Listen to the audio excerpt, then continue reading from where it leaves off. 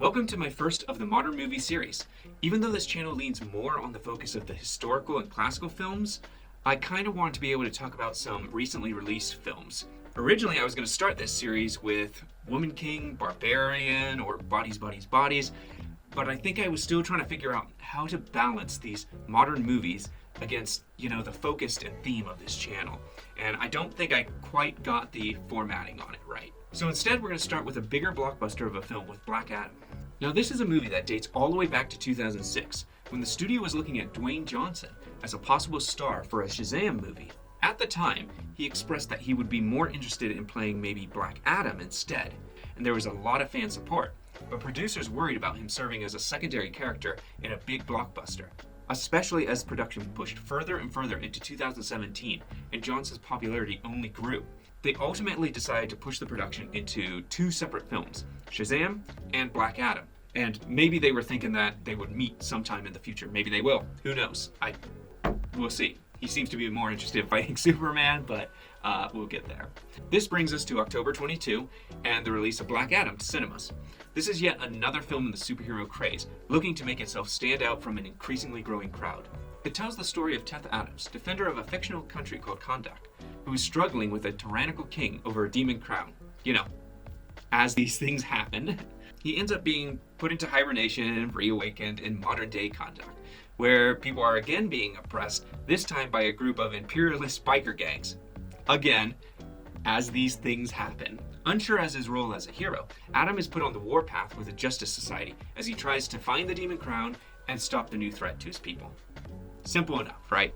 Now, despite the generic prologue with a boring, world-ending MacGuffin, Black Adam's origin is actually surprisingly fulfilling, and not as straightforward as you might think. It has enough twists and turns to keep things interesting. As a result, the film is rooted in a reasonably strong lead character. The writers do a good job with keeping him as an anti-hero, with the right mix of villainy and heroics. It doesn't fall into the trap of other anti-hero superhero films, such as Venom or Morbius. These characters just kind of call themselves anti-heroes because they happen to kill people. Great, but they still go through most of the normal stuff that, superheroes typically do.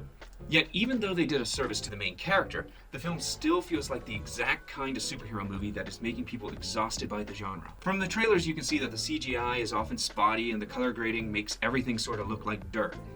But the thing that really damns this movie is that it seems to have nothing to add to the conversation.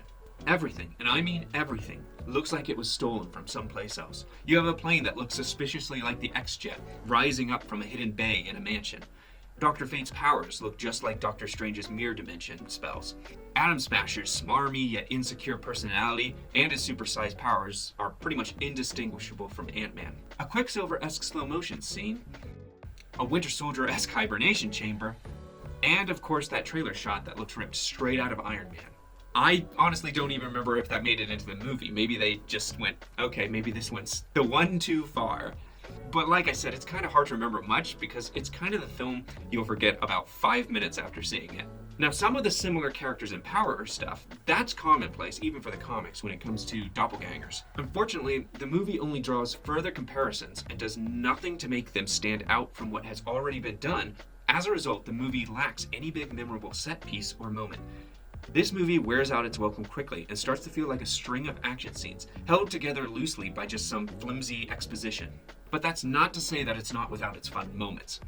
The struggle between Adam and the Justice Society is a highlight and infinitely more fun than the main storyline involving the Demon Crown. But even while the Society and Adam have some fun conflict and exchanges, some empty punches and quips at one another, it can't really distract from the paper-thin characters outside of the main character played by Dwayne Johnson. This is especially true in regards to our civilian non-superpowered cast. They mostly exist to stare up with their mouths open or spout obnoxious, precious dialogue. Much like the worst protagonists in a Godzilla movie, they are there so that the audience can say, wow, I really hope a giant foot doesn't squish them. So now we're going to get into some spoiler territory here, so if you don't want anything ruined, just, click away, come back later, whatever. At the end of the movie, our hero has to make amends with the Justice Society, and in the same tired format as Godzilla vs. Kong or Batman v Superman, team up and fight a bigger enemy. Here the film finally falls apart under its own worst tendencies to pull from the most exhausted just trends of the genre. We have a questionably rendered, fully CGI villain who spouts nonsense and boring dialogue like, "You'll never stop me," or, "Oh, I am a god who will save the world by destroying the world," and yada yada yada yada yada. You know this. You've seen it a dozen times.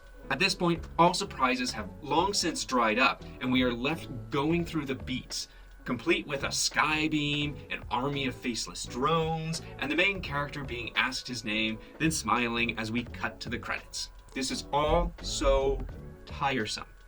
The movie itself isn't terrible. It's held together reasonably well by a solid lead in Dwayne Johnson and some good fight sequences that will at least hold your attention well enough to kill a couple hours. If that is all you're looking for, you'll probably have some fun with Black Adam. But the movie is much like a paper plate. It seems to be almost something made to be used and then instantly forgotten. You won't think much of it after you've finished your slightly serviceable meal and then just tossed it into the bin on your way out the door. And that's all I have for Black Adam. So, until next time, thank you.